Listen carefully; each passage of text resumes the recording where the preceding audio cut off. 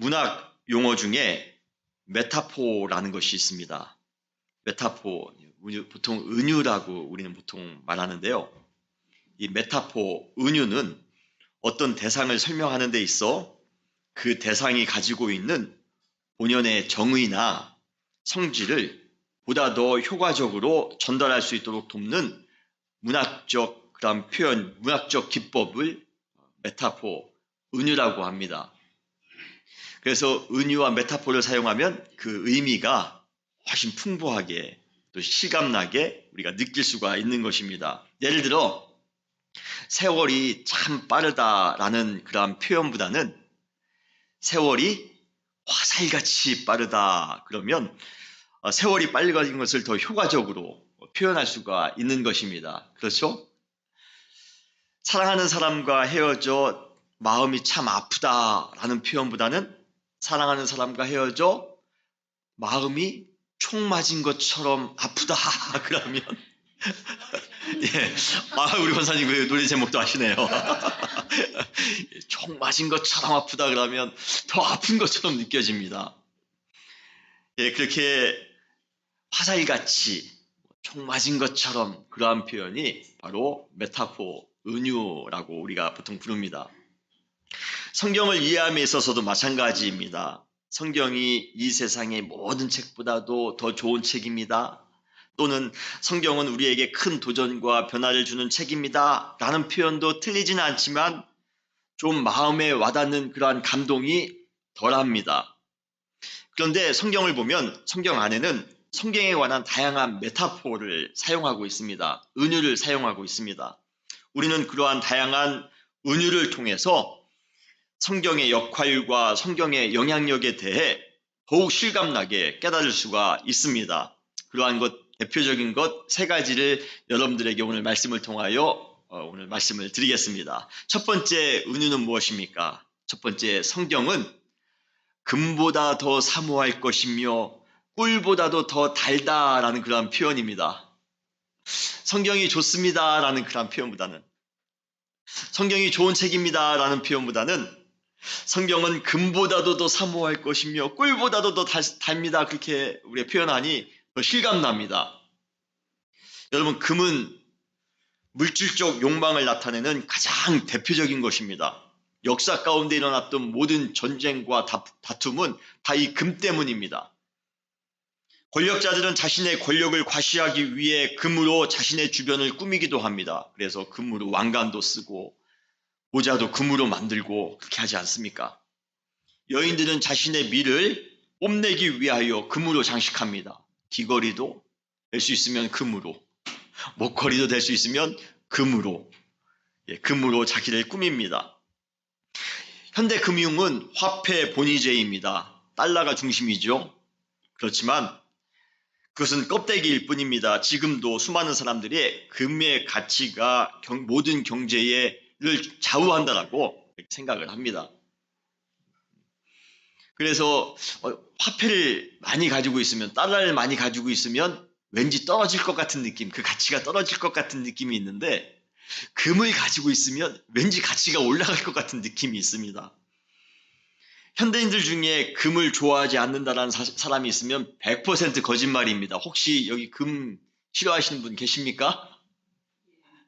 아유, 100% 거짓말입니다.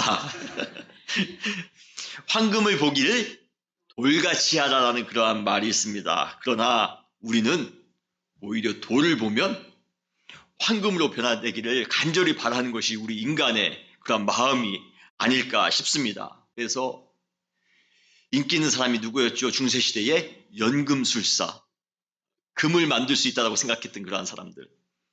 그리고 신 중에서도 어떠한 신을 우리가 좋아합니까? 마이다스의 신. 손을 대기만 하면 다 금으로 변한다는 그러한 그 전설이 있지 않습니까?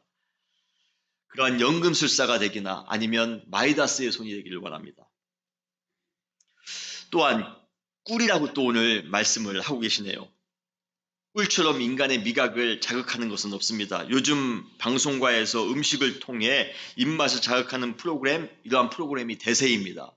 그래서 한국에 갈 그런 생각이 별로 없었는데도 갑자기 한국 방송에서 맛있는 음식 만드는 프로그램을 하면 왜 이렇게 한국에 가고 싶은지 모르겠어요. 저만 그런가요? 예. 미각은 우리가 살아가는 데 있어 반드시 필요한 감각입니다. 그러한 미각을 돕는 것 중에 하나가 바로 꿀입니다. 꿀의 달콤함을 마다할 사람이 이 세상에 아무도 없을 것입니다. 금과 꿀, 인간의 모든 욕망과 감각을 활성화시키는 가장 인간적이며 가장 세상적인 것들, 어느 누가 그 화려한 금과 달콤한 꿀의 유혹을 이겨낼 수가 있겠습니까? 그런데 오늘 시편 저자는 성경의 내용이 인간의 모든 욕망과 본능적인 자극을 뛰어넘어 더 가치 있음을 고백하고 있습니다. 오늘 본문에 보면 10절에 금, 곧 많은 순금보다 더 사모할 것이며 꿀과 송이꿀보다 더 달도다 라고 말씀하고 있습니다. 여러분 믿으십니까? 정말요? 예. 아마 대부분의 현대인들은 이러한 시인의 고백에 동의하지 않을 겁니다. 어떻게 성경의 말씀이 순금보다도 어떻게 성경 말씀이 꿀보다도 더 나을 수 있단 말입니까? 저에게 반문하실 수 있습니다. 솔직히 우리는 성경 말씀보다는 금을 가져다 주면 더 좋아합니다. 성경 말씀보다는 맛있는 꿀을 가져다 주는 것을 더 원합니다.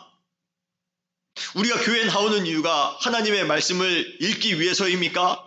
하나님의 말씀에 순종하기 위해서입니까? 예, 그렇다면 여러분들은 정말 훌륭한 성도이십니다. 그러나 우리가 교회에 나오는 솔직한 인간적인 이유가 뭡니까? 축복입니다. 우리 집에 좀 금이 더 생겼으면 좋겠는 겁니다. 우리 집에 맛있는 꿀이 넘쳤으면 좋겠는 것입니다. 솔직히 그것이 우리의 인간적인 그런 신앙의 마음 아닙니까? 그러나 시인은 우리에게 말씀하고 있습니다. 아닙니다. 성경의 말씀은 순금보다도 더 가치 있고 꿀보다도 훨씬 더 답니다. 그렇다면 어떻게 시인이 그러한 고백이 가능할 수 있었던 것입니까? 이 시편의 시인에게 있어서 도대체 하나님의 말씀이 무엇이간데 그러한 고백을 할 수 있단 말입니까? 오늘 본문의 시편 19편은 참 아름다운 시 중의 하나입니다. 이 시는 아주 리드미컬한 운율을 가지고 있습니다. 그리고 그 운율을 통해 성경의 성질과 결과를 6가지로 소개하고 있습니다. 6가지를 한번 PPT를 한번 스크린을 한번 보실까요? 네. 한번 넘겨주시면 좋겠습니다. 시편 오늘 본문에 나오는 여호와의 율법은 어떻습니까? 성질이 완전합니다. 그 결과가 어떻습니까? 영혼을 소생케 합니다. 여호와의 증거는 어떻습니까? 확실하답니다. 그래서 우둔한 자를 지혜롭게 한답니다. 여호와의 교훈은 정직하여 마음을 기쁘게 합니다. 여호와의 계명은 순결하여 눈을 밝게 한답니다. 여호와를 경외하는 도는 정결하여 영원까지 이른답니다. 여호와의 법은 진실하여 다 의롭답니다. 여러분 하나님의 말씀이 정말 이러한 능력의 말씀임을 여러분 믿으시길 바랍니다. 그런데 그럼에도 불구하고 우리는 이 구절을 통해 느낄 수 있는 처음 딱 이 구절을 읽었을 때 느낄 수 있는 2가지 그 감정이 있습니다. 첫 번째는 솔직히 어느 것 하나 여기에 나오는 율법과 증거와 교훈과 계명과 법과 도 이 모든 것이 솔직한 말로 금이나 꿀만큼이나 단번에 끌리는 것이 없다는 것입니다. 그리고 2번째는 정말 그럴까 하는 그러한 마음입니다. 정말 하나님의 말씀이 우리의 영혼을 소생시켜 줄까? 하나님의 말씀이 우둔한 우리를 지혜롭게 해줄 수 있을까? 하나님의 말씀이 우울한 우리의 마음을 정말 기쁘게 해줄 수 있을까? 정말 그럴까 하는 의문이 생긴다는 것입니다. 일반적으로 시편은 하나님의 명령이나 하나님의 하신 일을 산문 형식으로 기록한 것이 아니라 하나님을 향한 성도의 고백을 시 형식으로 기록한 것이 바로 이 시편입니다. 다시 말씀드려 시편은 우리와 똑같은 성정과 감정을 가지고 있는 사람이 하나님을 체험한 후에 그 감동을 시로 표현한 것이 바로 시편입니다. 그렇기 때문에 시편은 우리 앞서 살았던 그러한 성도님들의 생생한 간증인 것입니다. 지금 시편 19편에서 고백하고 있는 말씀에 관한 이 6가지 성질과 결과는 시인이 그럴 것 같다라고 생각해서 창작해낸 문학적인 창작이 아닙니다. 이것은 정말 하나님의 말씀이 그 시인에게 실질적으로 감동하였기 때문에 그 말씀의 능력을 그는 믿었기 때문에 그는 그러한 확신을 가지고 저렇게 고백하는 것임을 여러분 믿으시길 바랍니다. 이러한 시편 저자의 고백은 시대와 공간을 뛰어넘어 우리의 고백도 될 수 있습니다. 하나님의 말씀은 우리의 영혼을 깨어나게 해줄 수 있습니다. 지혜롭게 해줄 수 있습니다. 우리의 마음을 기쁘게 해주며 어두웠던 눈을 밝혀주며 영혼을 사모하게 하며 삶의 모든 것을 다 공의와 정의에 맞게 살아갈 수 있도록 하나님의 말씀은 도와줄 것입니다. 우리가 성경의 완전함과 정직함, 순결함, 확실함, 정결함, 진실됨을 깨닫는 순간 우리는 금을 얻는 것보다도 꿀을 얻는 것보다도 더 행복할 것이며 더 만족할 것입니다. 우리의 감각과 인간적인 자극을 위해 살 것이 아니라 하나님의 말씀을 통해 우리의 영혼을 만족하며 우리의 영혼의 기쁨을 누리며 살아가시는 우리 사랑하는 은혜교회 모든 성도님들 되시기를 주님의 이름으로 축원합니다. 두 번째 메타포는 성경은 자동차의 헤드라이트와 같다는 것입니다.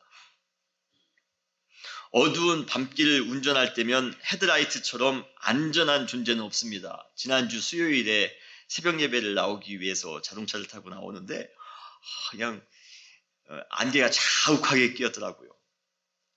정말 불을 켜지 않으면 한 치 앞도 볼 수 없는데 그래도 헤드라이트를 켜니까 바로 길이 보였습니다.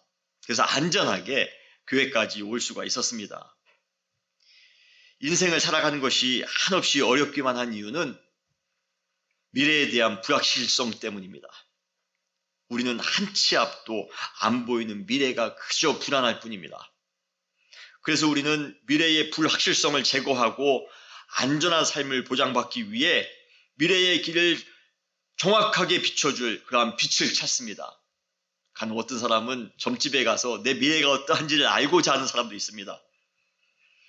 어떠한 사람들은 돈이나 권력, 인간관계 등으로 빛을 삼으려 합니다. 그러나 가장 결정적인 순간 그 세상적인 모든 빛이 우리 인생의 길을 비추는 것이 아니라 오히려 그 길을 막을 뿐만 아니라 경우에 따라서는 그 빛이 우리 자신을 삼키는 불이 되곤 합니다. 여러분은 세상의 빛을 의지하십니까? 아니면 말씀의 빛을 의지하십니까? 우리의 어두운 인생을 환히 밝히며 진리의 길로 인도하는 진정한 빛이 있습니다. 그 빛이 바로 말씀의 빛입니다. 그 빛이 바로 성경의 빛입니다. 시편 119편은 참 특이한 시편입니다. 먼저 모든 성경 중에서 가장 긴 절을 가지고 있는 가장 긴 장이 바로 시편 119편입니다. 무려 176절까지 있습니다. 그리고 내용적으로 이 시편은 하나님의 말씀에 대한 모든 것이 집대성되어져 있는 그러한 시편입니다. 그래서 하나님의 말씀에 대해서 알기를 원하는 분에게 제가 꼭 권면하는 그러한 말씀이 시편 119편입니다. 119편을 꼭 한번 읽어보시기를 바랍니다. 그런데 이 119편의 백미 중에 백미는 시편 119편 105절입니다. 그 내용은 주의 말씀은 내 발의 등이요 내 길에 빛이니이다. 한마디로 하나님의 말씀은 우리의 인생의 길을 밝혀주는 자동차의 헤드라이트와 같다는 것입니다. 하나님의 말씀은 불확실한 인생을 확실하고 안정되게 살아갈 수 있도록 해주는 유일한 대안이라는 것입니다. 세상이 아무리 어둡다 할지라도, 세상이 아무리 깜깜하다 할지라도 걱정할 필요가 없는 이유는 우리는 말씀의 헤드라이트를 켜고 살아가기 때문임을 여러분 믿으시길 바랍니다. 미래를 위해 걱정하시는 분이 계십니까? 막막해서 무엇을 해야 될지 모르는 분이 계십니까? 또는 인생의 갈림길에서 무엇을 해야 될지 갈등하시는 분이 계십니까? 그렇다면 하나님의 말씀을 읽으시길 바랍니다. 진정한 인생의 길이 밝히 보여지게 될 것입니다. 미래에 대한 새로운 안목을 가지게 될 것입니다. 찬송가 524장에 보면 1절에 갈 길을 밝히 보이시니 주 앞에 빨리 나갑시다. 주님 앞에 나아갈 때에 주님께서 우리에게 어느 한 방향으로 나아가야 될 것인지 빛을 비춰주실 것입니다.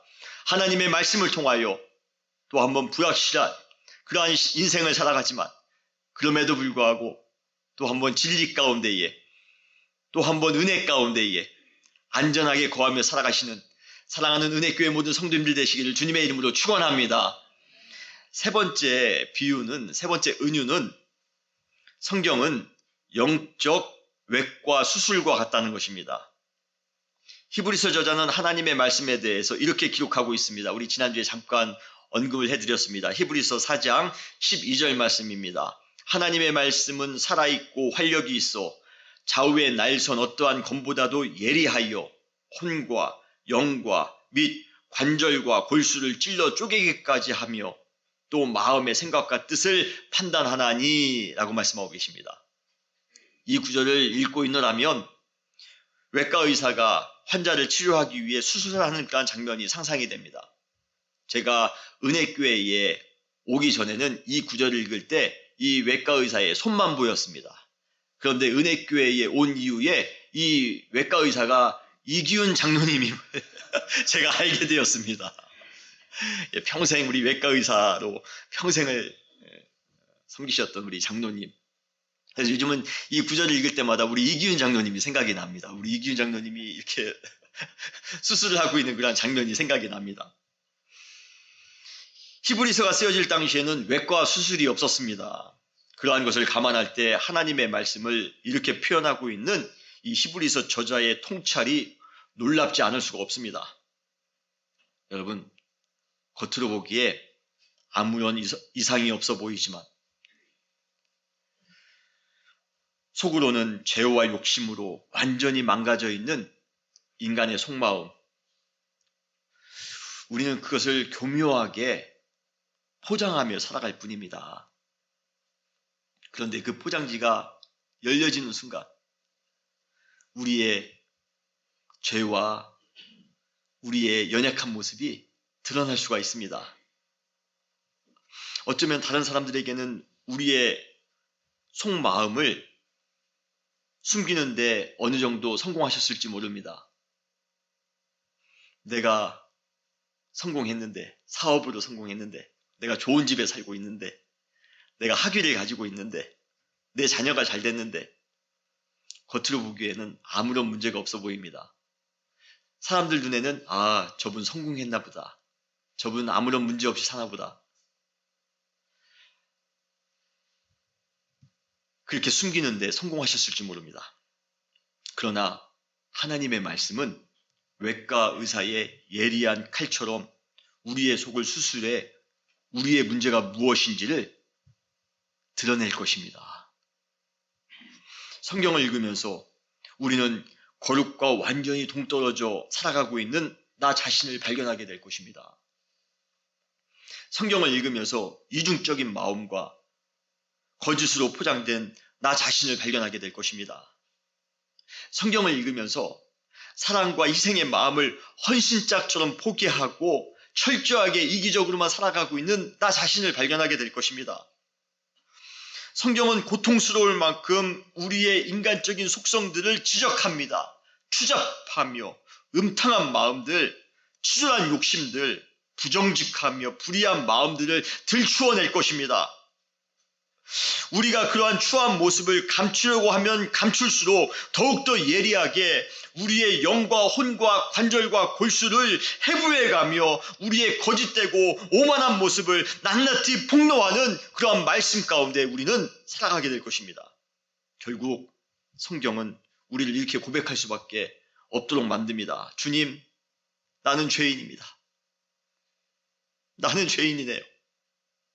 내가 사업에 성공한 듯 하지만 나는 죄인이네요. 내가 자녀를 잘 키운 듯 하지만 나는 죄인이네요. 솔직히 나는 주님 앞에 죄인이네요. 성경을 읽을 때마다 우리가 얼마나 영적으로 병들어 있는지 나 자신의 영적인 상태를 절실하게 깨닫게 됩니다. 여러분, 우리가 성경을 읽지 않으려는 이유가 어떠한 분은 성경의 내용을 이성적으로 믿을 수 없기 때문에 내가 논리적인 이유로 내가 성경을 읽지 못하겠습니다 하는 분도 계십니다. 어떤 분은 세상 사는데 너무 바빠 성경을 읽을 수 없다고 현실적인 이유를 대시는 분도 계실 겁니다. 그러나 우리가 성경을 읽지 않는 솔직한 이유가 있습니다. 그 이유는 우리의 마음, 우리의 속사람이 들통나지 않을까 하는 그런 염려 때문입니다. 성경을 읽을 때마다 나의 추한 모습이 들통나거든요. 성경을 읽을 때마다 나의 연약한 모습이 들통나거든요. 그래서 성경을 읽기가 싫은 것입니다. 제 친구 중에 항상 저에게 바른 말 하는 친구가 있습니다. 그 친구만 만나면 저에게 너는 이것이 문제고 넌 이것이 잘못됐고 항상 그 친구가 그렇게 말을 해요. 그러면 참 희한하게 그 친구가 말하면 다 수긍이 됩니다. 다 맞는 말 같아요. 아, 내가 참 잘못한 게 많구나. 내가 고쳐야 되겠구나. 아, 그 친구를 보면 그런 마음이 생깁니다. 그런데 정말 신기한 것은 그 친구를 만나기가 싫어요. 그 친구를 보기가 싫습니다. 분명히 그 친구를 만나면 나에게 좋은 얘기하고 뭐 좋은 얘기는 아니지만 내가 잘못된 것이 무엇인지 아주 낱낱하게 정직하게 말해줘서 고맙기는 한데 괜히 불편합니다. 가끔 사역자가 만나자고 하면 부담을 갖는 분들이 계십니다. 사역자를 만나서 대화하면 너무 맞는 말이기 때문에 목사님 말이 뭐 틀린 말이 있습니까? 만나서 교회 열심히 못 나오는데 교회 열심히 나오라. 또 주님을 위해서 더 많이 봉사하라. 뭐 이런 다 좋은 말이에요.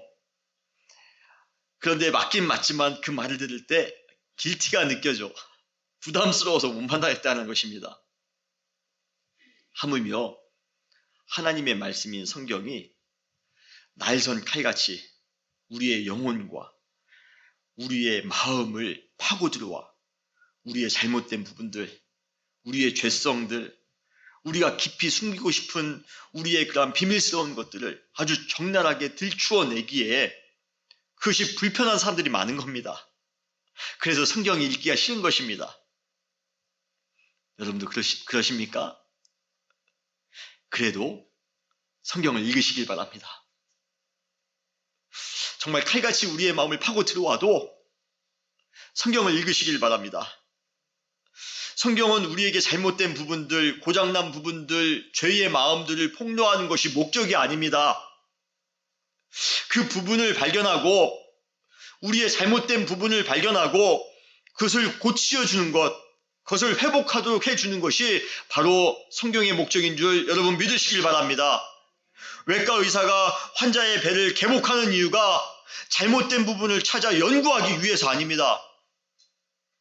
우리 장로님이 외과 의사로 수많은 사람들의 배를 개복했지만 개복해서 내가 공부한 것이 맞나? 그렇게 하기 위해서 외과 의사로서 그렇게 하신 거 아닙니다. MRI나 CT로 찍은 것이 맞는지 확인하기 위해서 CT로 찍었는데 이 사람 정말 한번 열어보자 맞나 틀린가.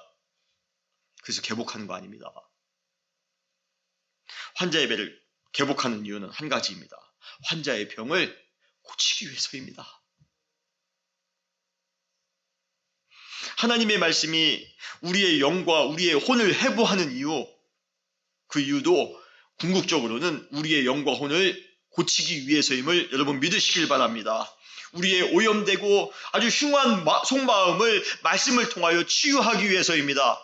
여러분, 말씀을 통하여 여러분의 속사람이 깨끗하게 치유되시기를 주님의 이름으로 축원합니다. 나의 사랑하는 책 성경 3주간 여러분과 같이 더불어 말씀을 나누었습니다. 시리즈를 마감하면서 말씀에 대해서 여러분들에게 우리가 알아야 될 가장 중요한 사실을 한 가지 말씀을 드리기를 원합니다. 그것은 바로 말씀의 열정이 있는 곳에 부흥의 역사가 일어난다는 사실입니다. 할렐루야. 부흥하는 교회, 부흥하는 가정 보면요, 항상 말씀에 대한 뜨거운 열정이 있습니다. 말씀에 대한 뜨거운 사모하는 마음이 있습니다. 교회에 보면 함께 모여서 말씀을 연구하며 말씀을 묵상하며 말씀으로 위로하는 그러한 일들이 성도님들 가운데 있습니다. 저는 우리 은혜교회가 말씀으로 부흥하는 교회가 되기를 주님의 이름으로 축원합니다. 꼭 그러한 교회가 됐으면 좋겠습니다. 누가복음 24장에 보면 엠마오로 가는 두 제자가 나옵니다. 이 두 제자는 어느 모로 보나 실패자입니다. 완전한 실패자입니다. 십자가에서 예수님께서 돌아가시자마자 그들은 그때까지의 그 부풀었던 꿈을 다 포기한 채 예수님을 떠나 엠마오로 내려갑니다. 세상으로 내려갑니다. 그런데 그때 감사하게도 그들이 예수님을 만납니다. 부활하신 예수님을 만납니다. 그런데 그들이 예수님과 동행하면서 예수님의 말씀을 듣는 순간 마음의 뜨거움을 느낍니다. 이렇게 마음이 뜨겁지? 그 이유를 누가복음 24장 32절에 그들은 이렇게 고백하며 이야기하고 있습니다. 기록하고 있습니다. 누가복음 24장 32절에 그들이 서로 말하되 길에서 우리에게 말씀하시고 우리에게 성경을 풀어주실 때에 우리 속에서 마음이 뜨겁지 아니하더냐. 예수님이 우리에게 말씀하시고 그분이 우리에게 성경 말씀을 주실 때에 실패자와 같았는데 우리는 모든 현실을 지금 포기하고 지금 세상으로 내려가고 있는 그러한 마음이었는데 그 마음이 뜨겁지 아니하더냐. 여러분, 성경의 말씀을 통하여 여러분들의 마음이 뜨거워지시기를 주님의 이름으로 축원합니다. 제가 제일 좋아하는 성경장 중에 하나가 느헤미야서 8장입니다. 그곳에 보면 이스라엘 민족이 바벨론에 멸망하고 100년이 지난 후 에스라와 느헤미야를 중심으로 이스라엘 공동체의 큰 영적 회복이 일어나는 그러한 모습을 우리는 느헤미야서 8장을 통해 볼 수가 있습니다. 전혀 생기가 없었던 그러한 민족 안에 아주 뜨겁게 타올랐던 회복운동, 그 회복운동의 기폭제 역할을 한 것이 무엇이냐면 다름 아닌 하나님의 말씀 성경이었습니다. 느헤미야서 8장 제가 잠깐 한번 여러분들에게 말씀을 읽어드리겠습니다. 8장 8절 이후에 보면 하나님의 율법 책을, 하나님의 말씀을 낭독하고 그 뜻을 해석하여 백성에게 그 낭독하는 것을 다 깨닫게 하니 백성이 율법의 말씀을 듣고 다 우는지라. 하나님의 말씀을 듣고 감동되어서 막 울고 있습니다. 총독 느헤미야와 제사장 겸 학사 에스라와 백성을 가르치는 레위 사람들이 모든 백성에게 이르기를 오늘은 너희 하나님 여호와의 성일이니 슬퍼하지 말며 울지 말라. 너희는 가서 살진 것을 먹고 단 것을 마시되 준비하지 못한 자에게는 나누어 주라. 모든 백성이 가서 먹고 마시며 나누어 주고 크게 즐거워하니 이는 그들이 그 읽어드려준 말씀을 밝히 알미라. 할렐루야. 지금 공동체 안에 큰 영적인 회복의 운동이 일어납니다. 기쁨이 넘칩니다. 축제가 되었습니다. 그 이유가 뭡니까? 하나님의 말씀을 밝히 알았기 때문입니다. 하나님의 말씀을 밝히 아는 그곳에 영적인 축복의 현장이 됨을 여러분 믿으시길 바랍니다.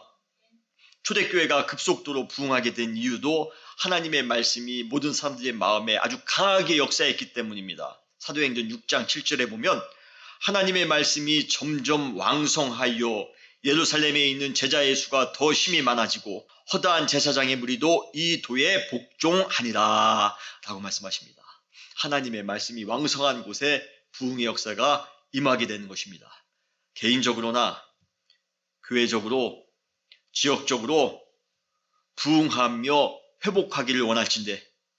여러분의 가정이, 여러분의 사업이, 여러분의 모든 것이 회복되기를 바랄진대 우리는 하나님의 말씀을 읽고 묵상하고 적용하며 증거하는 삶을 살아가야 됩니다.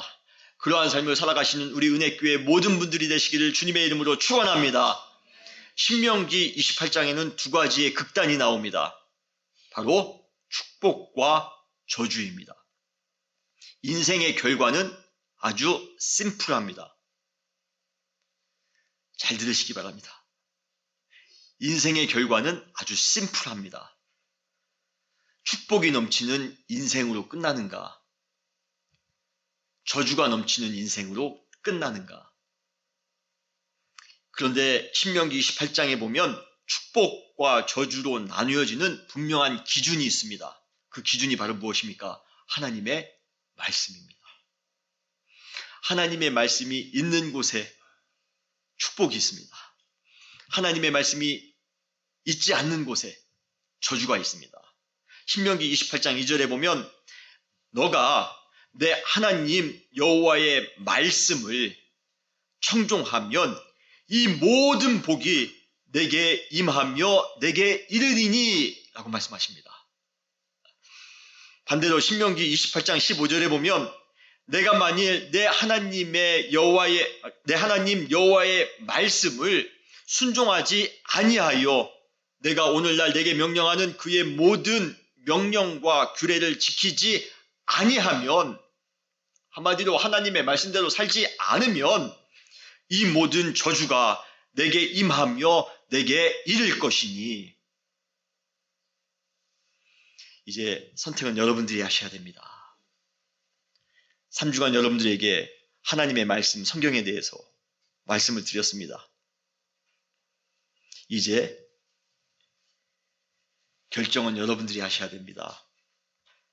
하나님의 말씀을 읽고 그 말씀을 적용하며 순종하며 살아갈 것인가? 아니면 그래도 나는 하나님의 말씀을 무시하고 그 말씀대로 살지 않고 내가 원하는 방식대로 살아갈 것이야. 이 세상이 주는 가치대로, 세속적인 가치를 따르며 나는 살아갈 것이야. 예, 선택은 여러분들 마음이지만 결과는 제가 아까 말씀드린 대로 분명합니다. 축복일까? 저주일까? 저는 사랑하는 우리 은혜교회 모든 성도님들이 한 분도 빠짐없이 축복의 인생을 살아가기를 주님의 이름으로 축원합니다. 그러기 위하여 뭘 해야 됩니까? 하나님의 말씀을 읽고 순종하며 살아가셔야 됩니다. 제 문자 메시지와 카톡은 항상 열려 있습니다. 여러분께서 성경을 읽으실 때마다 저에게 카톡을 보내주시기를 바랍니다. 마태복음 읽었습니다, 목사님. 뭐 감동을 쓰실 필요는 없고요. 사도행전 읽었습니다, 목사님. 한번 좀 저에게 좀 한번 보내주세요. 그래서 우리 성도님들이 하나님의 말씀을 읽고 있는가 제가 좀 확인을 좀 해야 되지 않습니까? 선생님이 그러한 역할을 해야 되지 않습니까? 예, 그래서 우리 은혜교회 모두가 하나님의 말씀 가운데 또 한번 뜨겁게 부흥할 수 있는 그러한 은혜교회가 되시길 주님의 이름으로 축원합니다. 같이 기도하시겠습니다.